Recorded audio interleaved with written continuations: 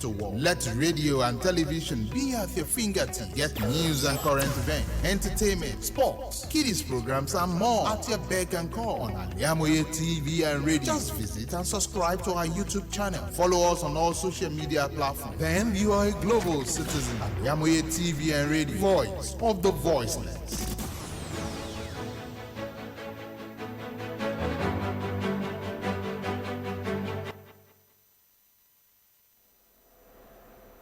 Good afternoon. This is the world news on Al-IyamoyeTv and radio. I am Ibrahim, Onigbinde. Here are the top stories. President Tinubu accuses world nations of using human rights advocacy to shield criminals. Autopsy on late singer Mohbad concluded, result awaited. In business, federal government assures investors of necessary regulation for ease of doing businesses. On the foreign scene, Sudan, army chief warns war could spill over into neighbors. In sports, Liverpool fight back to edge last on Europa League return. Details of these are coming up shortly.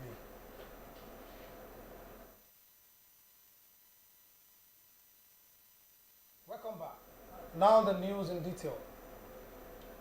President Bola Tinubu says world nations are using human rights advocacy as a front to stop developing economies from dealing decisively with criminals who illicitly siphon the country's natural resources in exchange for Western-made arms.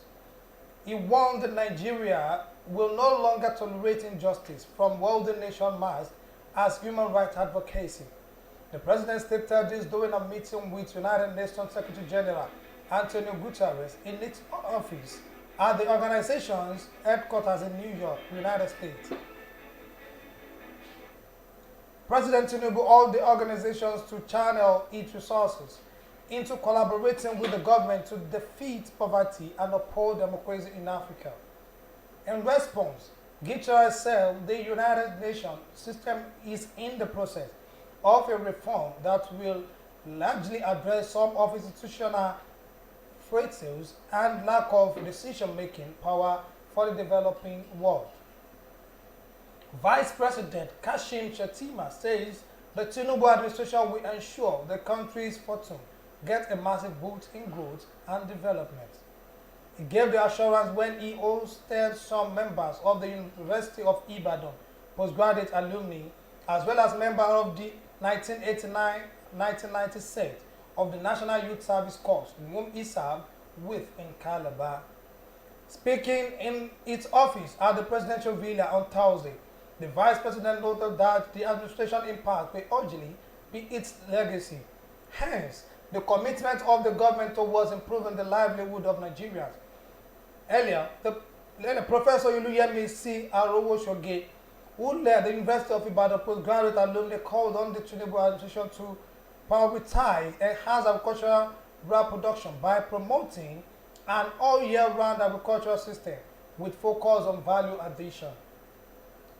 Nigerian former head of state, General Abdulsalam Abubakar, says he is optimistic that citizens can still achieve the Nigeria of their dreams, irrespective of the challenges bedevailing the country. The former military ruler said this while speaking at the public presentation of a book on Thursday. Abdulsalam, who was the chairman of the occasion, acknowledged that the country is currently facing some challenges, but argued that it has what it takes to change the trajectory.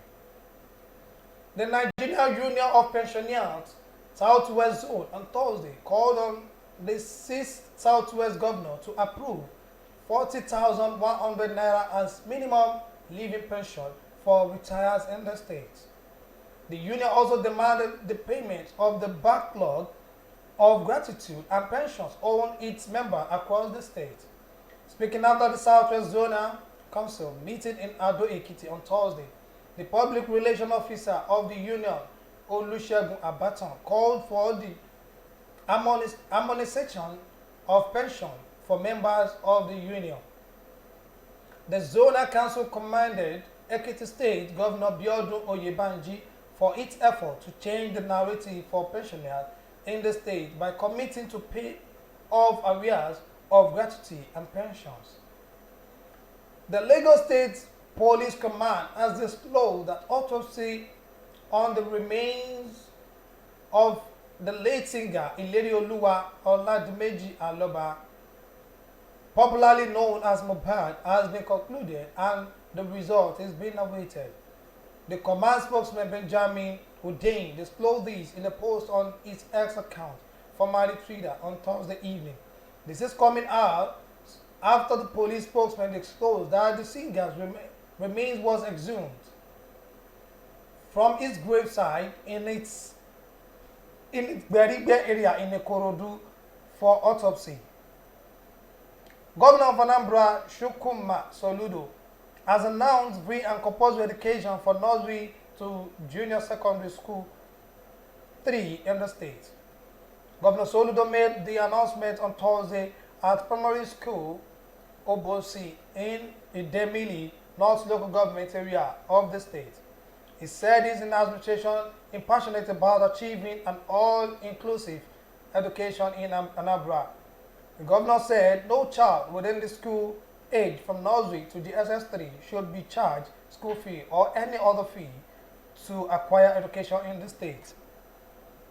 The Enugu State Governorship Election Petition Tribunal has affirmed Peter Mba as the duly elected governor of the state. Delivering judgment on Thursday, a 3-member panel of the tribunal led by Kudirat Akano dismissed the petition filed by Chijioke Edeoga, candidate of the Labour Party. Edeoga and his party had approached the tribunal to disqualify Mba over the alleged forgery of a National Youth Service Corps NYSC certificate. Delivering the judgment, the tribunal held that Mba met the minimum requirement for the election, which is a school certificate or its equivalent, adding that Edeoga and its party failed to prove their case. The Kano State Government has lifted the 24-hour curfew imposed to foster a breakdown of law and order in the state. The state's police command had on Wednesday declared a 24-hour curfew in the state, following the tribunal judgment sacking Abba Yusuf as the governor. However, speaking with the reporters on Thursday, the Commissioner for Information, Alilu Dan Tiye, said the curfew was lifted to allow residents to go about their normal activities. Dan Tiye also urged residents of the state to maintain peace and order. You are listening to the World News on Al-IyamoyeTv and radio. Still to come, business, foreign and sports.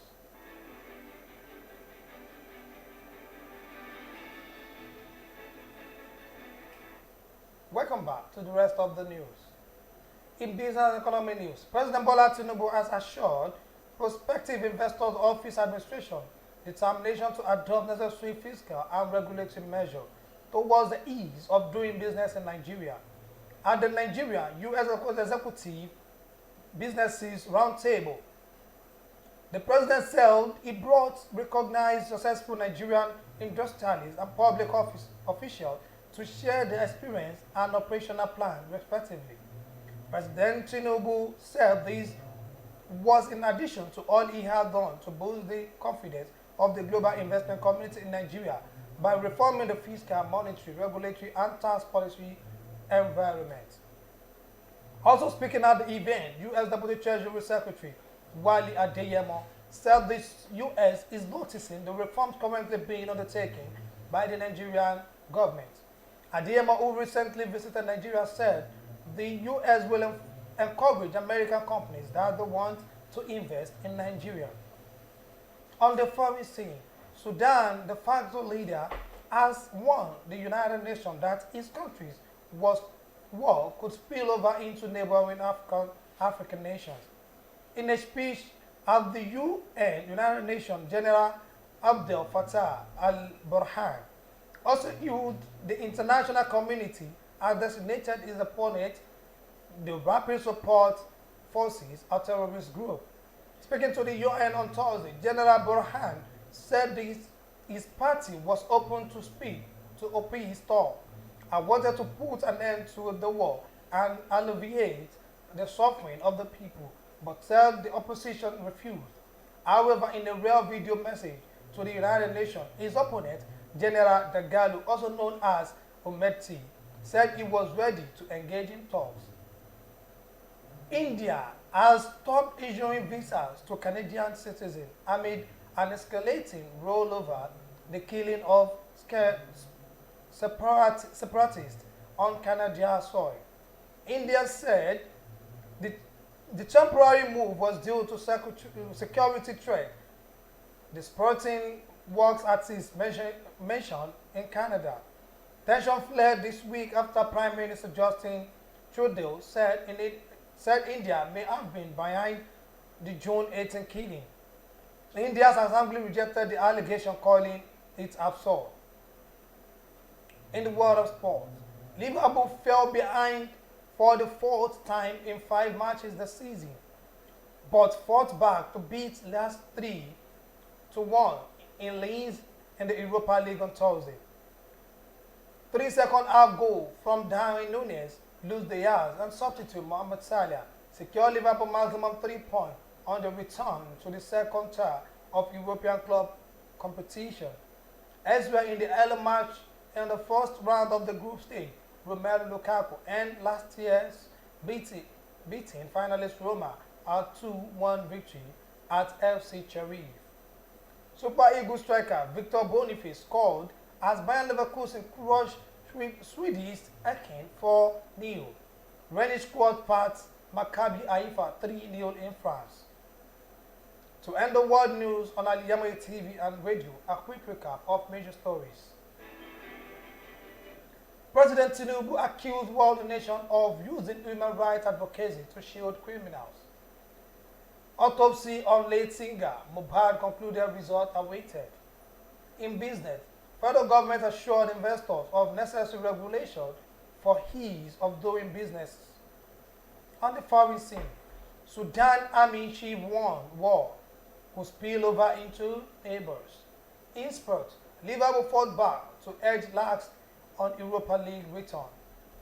The news was edited and produced by Abidat Tawid. For more news and updates, you can follow us on our social media, www.facebook.com/Al-IyamoyeTV and radio. On X platform at Al-IyamoyeTV and on Instagram, Al-IyamoyeTV, Al-IyamoyeTV. You can also stream live by logging to our website at www.aliyamoyetv.com.